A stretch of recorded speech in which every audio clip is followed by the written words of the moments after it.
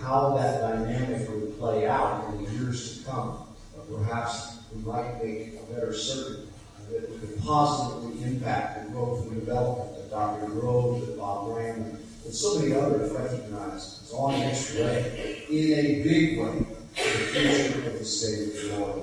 So to say that we have much to be thankful for the face and the form and the genius of Dr. John Grove is an understatement. He understood long before it became fashionable to do so.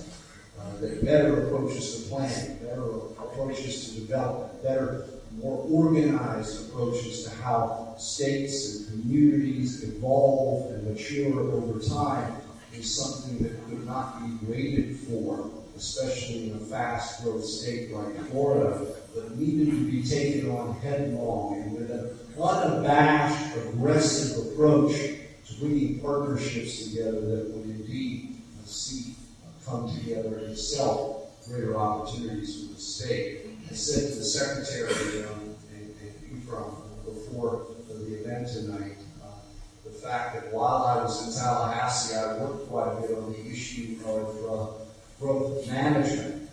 To give you some idea of the thorny nature of that issue, when I began, I was 64.5 inches tall. Growth management can outpace any issue for its consternation, its frustration, its political infighting, and again, the dynamic spirit that made me recognize that everyone can tell you exactly how to handle the issue of growth management in the state of Florida, can't they, Secretary? All you need to do is listen and then forget the other 50 people who told you how to do it in an entirely different way than the 50 meetings that you had before that one. There is a great deal of trench fighting on the issue of growth management. People who believe not only in their position, but are willing to sacrifice everything, including your life, to see to it that their position is the one that wins out at the end of the day.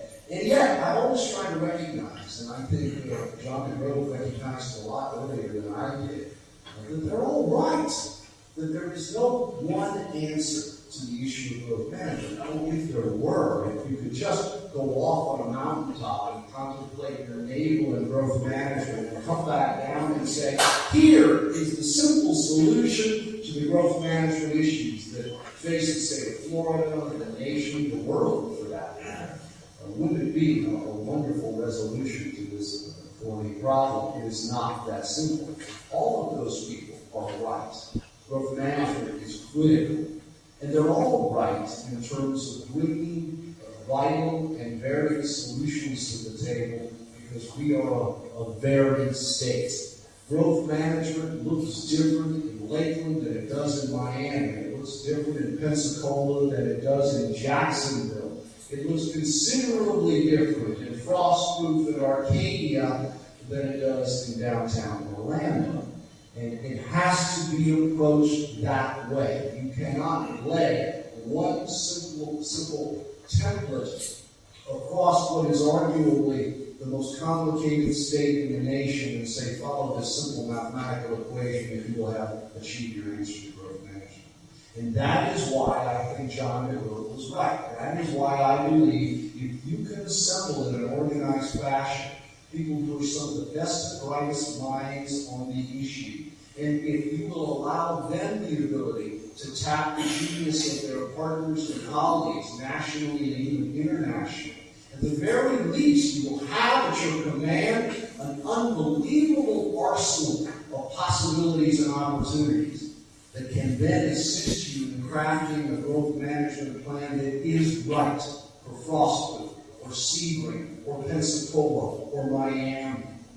It's an amazingly complicated state, but I think the genius and couple that genius with the potential gives rise to some great possibilities for its future. So tonight, I can only say that when John DeGrove began this journey, it was called the Center for Urban and Environmental Problems. I think Dr. DeGrove very quickly came to the resolution that it wasn't about the problems, it was about the solutions. Heck, we know the problems. Higher ed is trying to help with the genius of programs like CUES to find the solutions. We know we don't have all of them at Florida Atlantic University, but we know they're out there. And if we can bring together great minds, wonderful people with great opportunities, perhaps the next 50 years in the future of the state of Florida will provide our children and our children's children the ability to live in a state that is still wonderful, dynamic, and yet beautiful and environmentally sensitive in its approach to those 50 years to come. That's what each of us should want for our children and our children's children. And I am blessed every day to work with people like me, partner with Jim Murley, with all the great people with CUES who do this for a living. I will now leave John DeGrove, not entirely, because he is an essential part of this quilt that we sewn together at Florida Atlantic University, to talk a little bit about CUES itself. Florida Atlantic University, under the leadership of its Board of Trustees, 13 great members, and all the great people of Florida Atlantic, have created an essential and living strategic plan. It has 7, and only 7, major goals, and one of those goals centers on the issue of community engagement. What does that mean? Well, great universities partner with the community in a variety of ways. We do with Florida Atlantic. We are the host for the March of Dimes Walk, the Blood Drive, all those wonderful involvement pieces, just like corporate America. How can you plug a great corporate or community-based partner into that community? But community engagement is different, and it goes to the dream of people like John DeGrove and Jim Murley. How do you tap the genius of the university? And instead of having a university that is a place in a community, make certain that the university is part of the community. And I define community not only in this case as the region that extends from Broward and Palm Beach and Martin, St. Lucie, Indiana, and Okeechobee, the greater community of the state and the nation. How can you get people to come over the wall, if you will, from higher ed and become problem solvers in our communities? To take the things that they practice and preach on one side of the wall into the community and make the quality of life at the end of the day better off for all. The Center for Urban and Environmental Solutions has been a gold standard for this university for many years in terms of community engagement.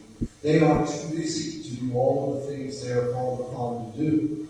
They are engaged and involved in a wide array of activities where people have reached out to the university and said, we're trying to get our arms around urban planning issues in this community. We're trying to deal with mass transportation issues in this community. We want to know and understand how we can bring the rural community into the economic development vibrance of a greater community, and on and on and on.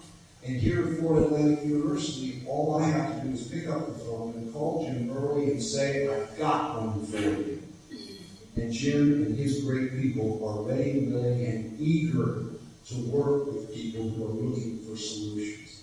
That is a pure definition of how universities can truly be engaged totally in quality of life. We are always and will always an important place for people to go and acquire a degree. But we should also at the same time reach beyond that and become community problem solvers. So, Mr. Secretary, we are delighted to have you here. Ephraim, I am delighted that you will have as a part of your many letters and credentials the name of John DeGrove standing behind that. That is distinctive in its own right, and we know you will fill that eminent scholar capacity as it is supposed to be eminently.